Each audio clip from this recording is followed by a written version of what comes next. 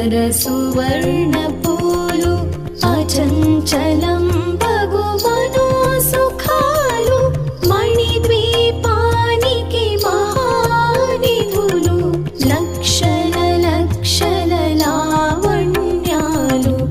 అక్షర లక్షల వాక్సంప